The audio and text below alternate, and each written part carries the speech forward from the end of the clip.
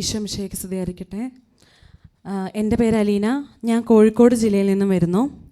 എൻ്റെ അമ്മയാണ് ജെറുസലേം ധ്യാന കേന്ദ്രത്തെക്കുറിച്ചും കാനാട്ടച്ചനെക്കുറിച്ചും എന്നോട് പറഞ്ഞിട്ടുണ്ടായിരുന്നത്.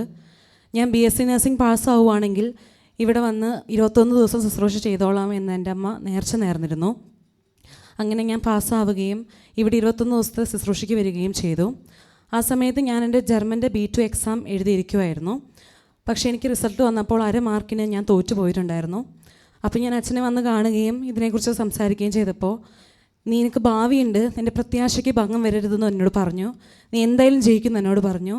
ഞാൻ അതിൽ ഉറച്ച് വിശ്വസിച്ചു. അന്ന് രാത്രി തന്നെ എനിക്ക് പുതിയൊരു സെൻറ്ററിൽ സീറ്റ് എടുക്കുകയും ഞാൻ 2 ആഴ്ചയ്ക്കുള്ളിൽ എക്സാം എഴുതുകയും ചെയ്തു. അതിൻ്റെ ഫലമായിട്ട് ഞാൻ എക്സാമിന് ഞാൻ പ്രതീക്ഷിച്ചതിനേക്കാളും നല്ല മാർക്ക് തന്ന് ഞാൻ ജയിച്ചു.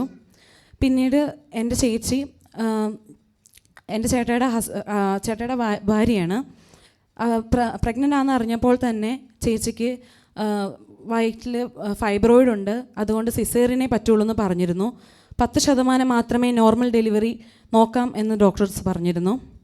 അങ്ങനെ 9ാം മാസമായപ്പോൾ വേദനയ്ക്കുള്ള മരുന്ന് കുത്തിവെച്ചപ്പോൾ അത്ഭുതം എന്ന് പറയട്ടെ, ഫസ്റ്റ് ഡെലിവറിയാണ്.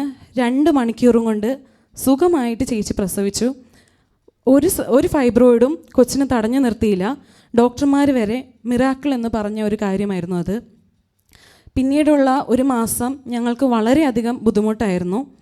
ഞാൻ ജെറിക്കോ പ്രാർത്ഥനയിൽ 33 ദിവസവും എല്ലാ ദിവസവും കുർബാനയ്ക്ക് പോയി പങ്കെടുത്തിരുന്നു. അങ്ങനെ ഞങ്ങളുടെ വീട്ടിലെ വണ്ടിക്ക് ആക്സിഡൻ്റായി. അതിലുള്ള ആൾക്കാർക്കൊന്നും പറ്റിയില്ല, പക്ഷേ വീട്ടിൽ ഭയങ്കര അധികം വിഷമവും സാമ്പത്തിക ബുദ്ധിമുട്ടും ഉണ്ടായിരുന്നു. പക്ഷേ അത്ഭുതം എന്ന് പറയട്ടെ, 1 മാസത്തിനുള്ളിൽ ഞങ്ങൾക്ക് പുതിയൊരു വണ്ടി എടുക്കുവാനും അതിൽ എല്ലാവർക്കും പോകുവാനുള്ള അനുഗ്രഹം തമ്പുരാൻ തന്നു. യേശുവേ നന്ദി, യേശുവേ സ്തുതി.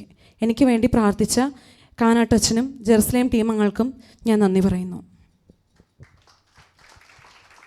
നല്ല സന്തോഷത്തോടെ ഉറക്കിയെന്ന് കൈകളടിച്ച് കർത്താവിന് നമുക്ക് നന്ദി പറയാം.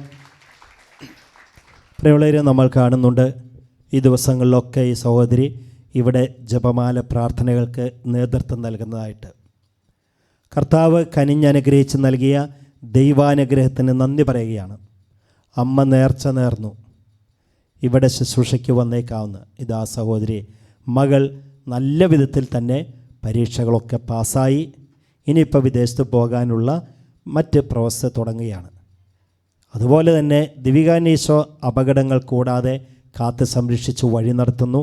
എല്ലാ തരത്തിലും ദിവികാനത്തിലെ കുടുംബം മുഴുവനും ആശ്രയിക്കുന്നു. അവിടുന്ന് സംരക്ഷിച്ചു. ഇതുപോലെ അനുഗ്രഹിച്ചതിന്, വലിയ ദൈവാനുഗ്രഹം കൊണ്ട് നിറച്ച് വഴി നടത്തുന്നതിന് പ്രിയമുള്ളവരെ നമുക്ക് കൈകൾ ഉയർത്തിയടിച്ച് ഈ കുടുംബത്തോടൊപ്പം ഈ മകളോടൊപ്പം തമ്പുരാന് നമുക്ക് നന്ദി പറയാം. ഒരുമിച്ച്